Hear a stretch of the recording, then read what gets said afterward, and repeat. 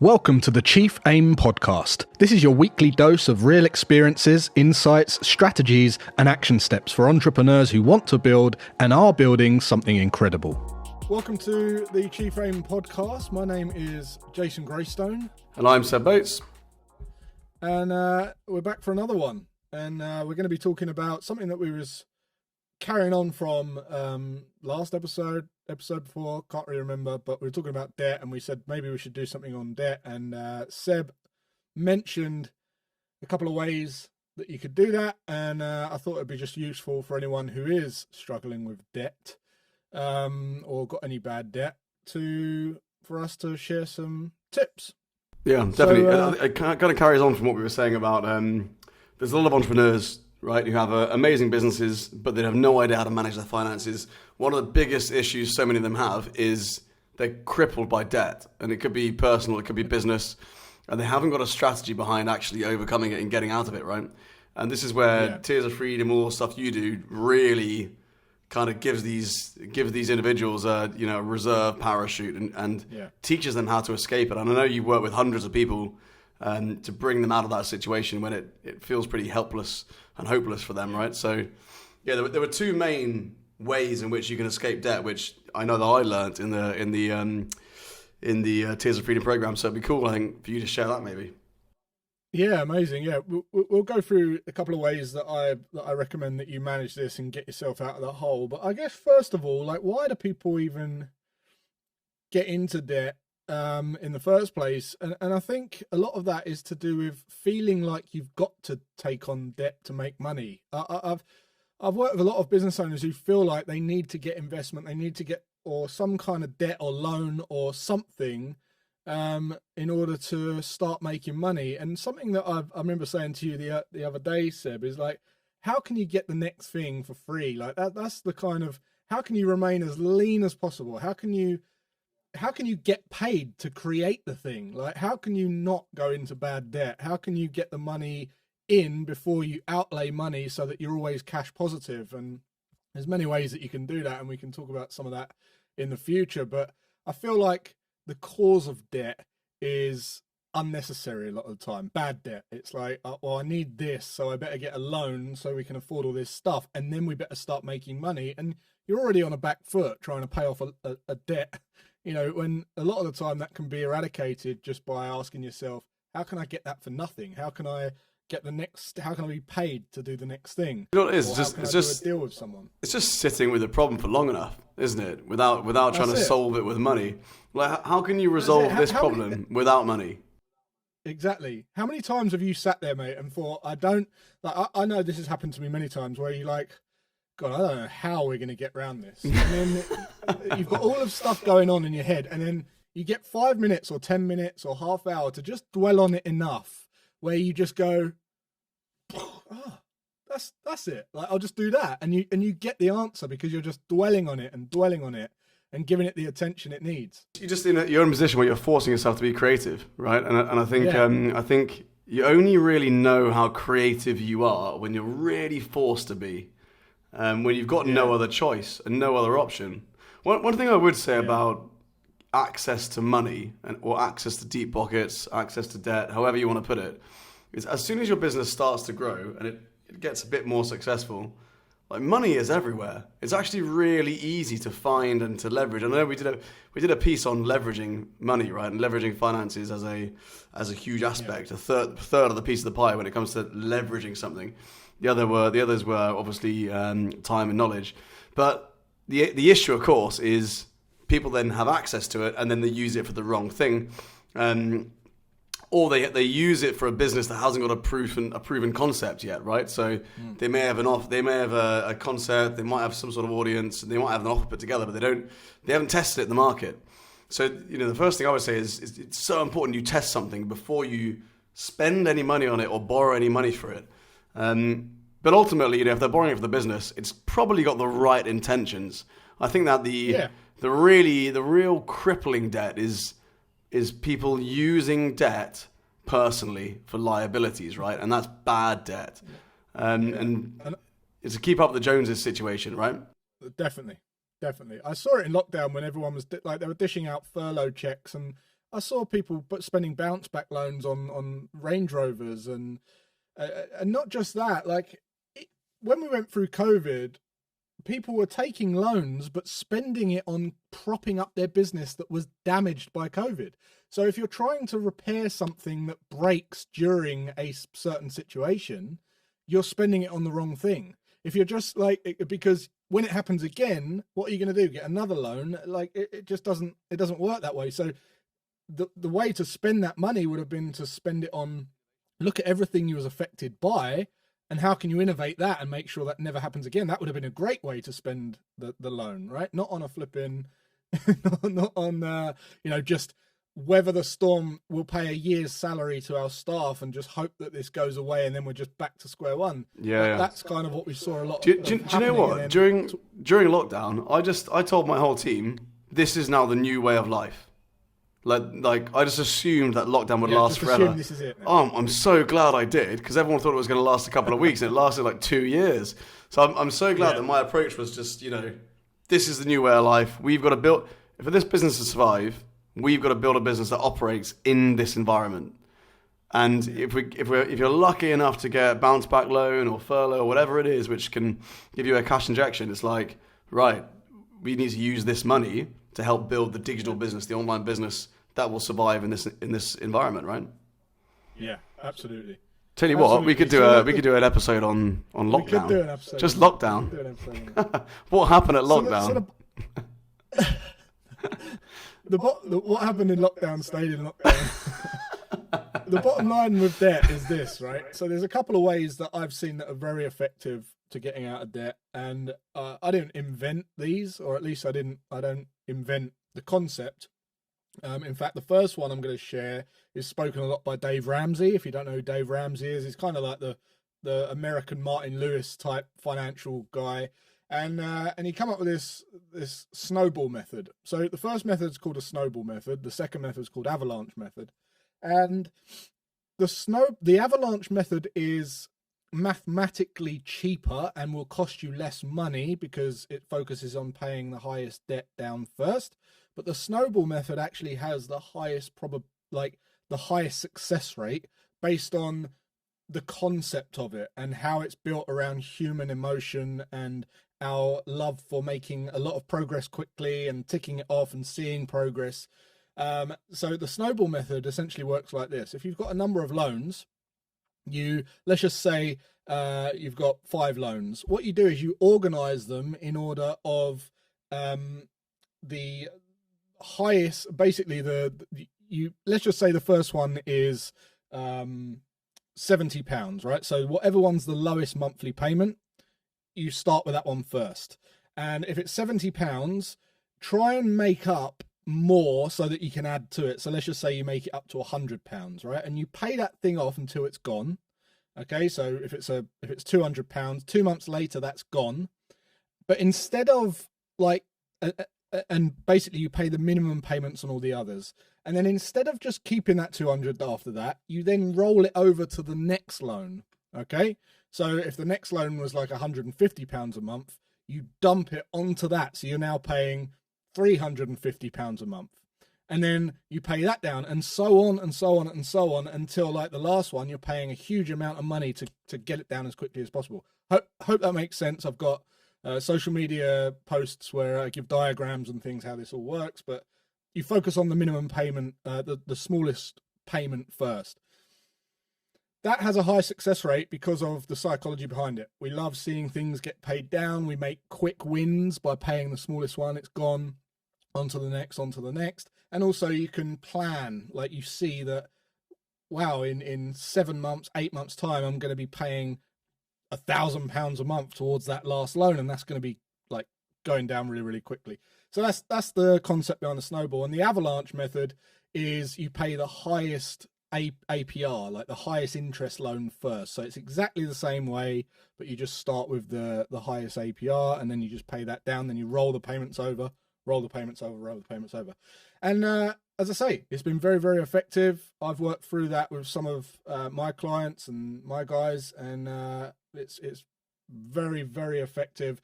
And look, it could take you 1 year, 2 years, 3 years, but when you buy, like when you get these credit cards, some of these credit cards, they reckon that if you just pay the minimum payment on a credit card, it will take you, and you max out the credit card, it can take you 8 years or 7.5, 8 years to pay that thing off, right? So your goal is just to get rid of any non-cash flow producing debt as quickly as possible before you start thinking about investing your money, before you start thinking about crypto, before you start, like, just get rid of any bad debt. So those are the two methods. Go and check them out. I talk about them in my podcast, always free podcast, if you want to go and check that out. And that's it. Snowball. I mean, I've shared before, right? When I moved the business to Dubai, I took on £100,000 of credit card debt, mostly 0% interest rates. Some of them were expensive interest rates, and some of them we were getting, because by the time I started doing all this sort of stuff, it was like a year into it, right? Yeah. So I was getting to that, like, it's about to go, the interest rate's about to be obscene at any minute, you know. So some of them, it got to a point where the interest rates were really high. And the minimum payment started to creep up very, very high. And so I remember comparing these two, and logically you're like, right, avalanche method, I'll save the most money, right? It's like you're going to save the most interest in the avalanche method. But for me, the snowball method worked really well. Just looking at the low-hanging fruit, right? You know, you've got a couple of grand in that one versus 10 grand in the other one, just getting rid of it. So now instead of having 8 different sources of debt, which are kind of overwhelming, you've now got 5 or 4. And it's the same reason you typically got into debt is probably emotional, right? If it's bad debt. And so the funny thing is, you're almost using emotion as well to escape it by doing the snowball method, right? You're kind of understand. You're using logic and emotion. You're logically understanding your position, but you're now saying, right, let's tap into that emotion and use it to kind of help you escape. To beat it. Yeah. And it's interesting, and I'm sure it works the same way within a business, and when you're using that debt for good stuff. But I think the important thing is, once you've got to that stage where you've now paid all your debt off, it's not getting back into the bad debt and just having certain rules in place. Have you got sort of 3 to 5 golden rules? If you had to summarize, I know this is like your life's work, summarizing in just 3 to 5 rules, but do you have something that's really easy to remember for people? Where they can just say, right, cool, they paid off the debt now. Now, let's say they've got £1,000 a month extra because they were paying that towards the debt. What's your rule at this stage? This is a quick shout out to the sponsor of this show, Shield, who help us deliver this podcast, along with all the social media that goes with it to help us get it out to more people, which leaves us to focus on just creating more great conversations. If you want to start, delegate, or optimize your social media or podcast, or if you want to build your very own online course or program, get in touch with the team at shieldglobal.io. I would just always be aware of something called a debt-to-income ratio for a start, because I think a debt-to-income ratio is very, very closely linked, if not like intrinsically linked to your human emotion, like to you as a human being and your well-being. Like, I know that the word wealth comes from an old word, English word, wele, which actually means well-being. And what I've found working with people over the years is whenever they're very stressed or very, like, they constantly bicker with their partner, or they snap at their kids or their work colleagues, or they're very aggressive, it's usually closely linked to their debt to income ratio. So just being aware of that is key, because, and I'll tell you how to figure that out in just a moment, but Seb's right. When people start to pay down debt, what happens is the elation comes back. It's like the cockiness comes back, and you pay down the debt, and then you see less debt, and then you got a bigger balance on your card, and you think, well, I should treat myself, and then you just go and do it again, and it goes round and round and round and round and round. So one thing to always be aware of is your debt to income ratio, and what that is all of your debts, your monthly debt payments. Okay, so I'm not talking about, you don't have to include your mortgage necessarily, because you have to live somewhere, whether you rent or you've got a mortgage, or whatever, you have to live somewhere. So I don't usually include the mortgage or any like debt like that, but any other store cards, loans, IOUs, big horrible debts that you got from the bank that are costing you a lot of money. Add all up the monthly payments, okay, and then divide that by your post-tax income.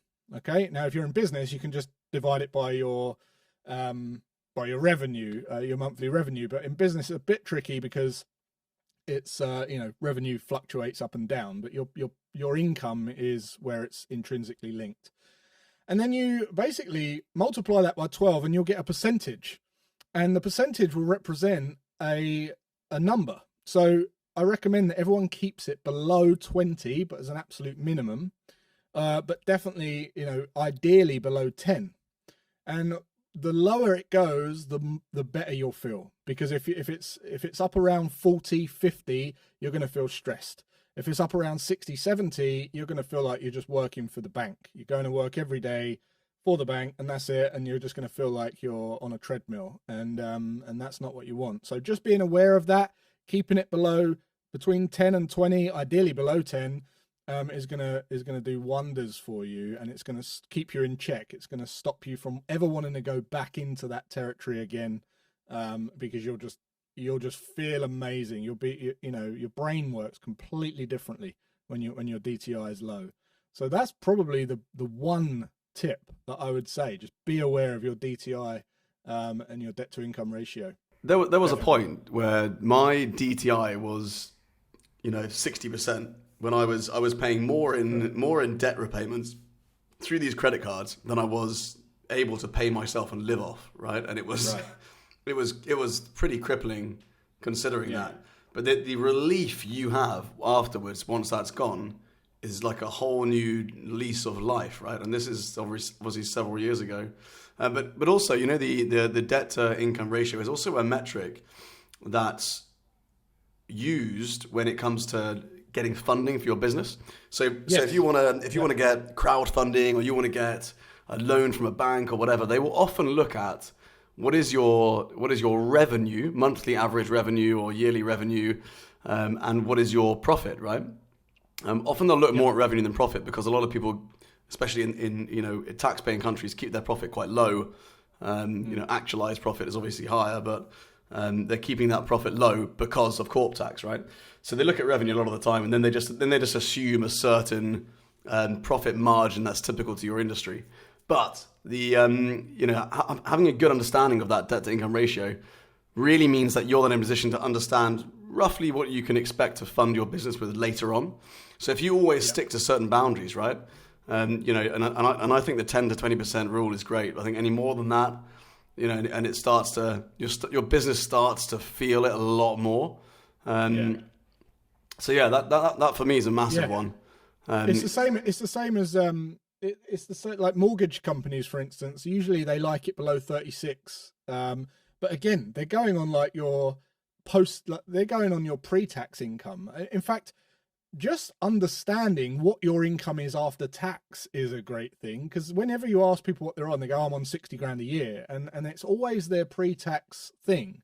I always like to go off post-tax. I like to know exactly what's mine, because that can make you feel calm as well. But what you said about the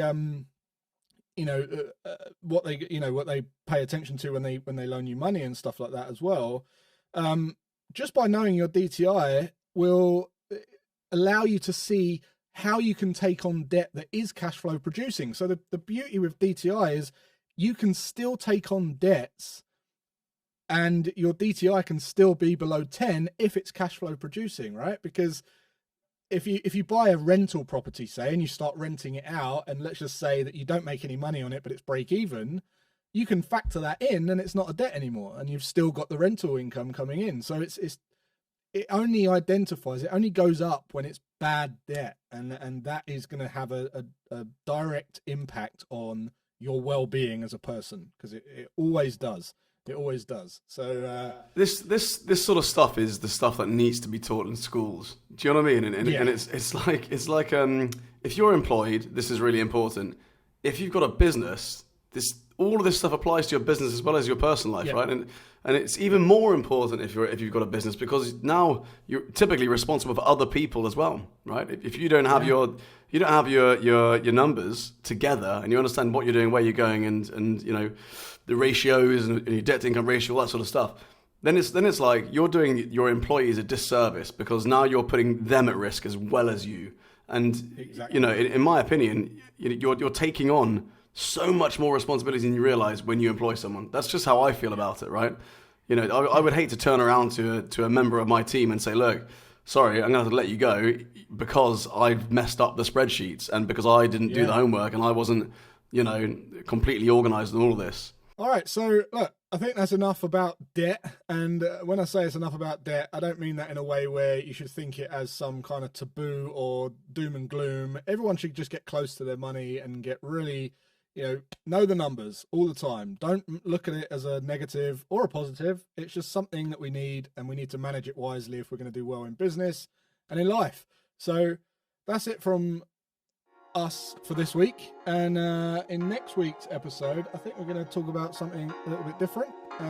So until then, take care, and we'll catch you then. If you're enjoying these podcasts, be sure to subscribe so you never miss an episode. And if you're really getting value from these, we'd really love it if you could let us know on our review page. We'll see you next week.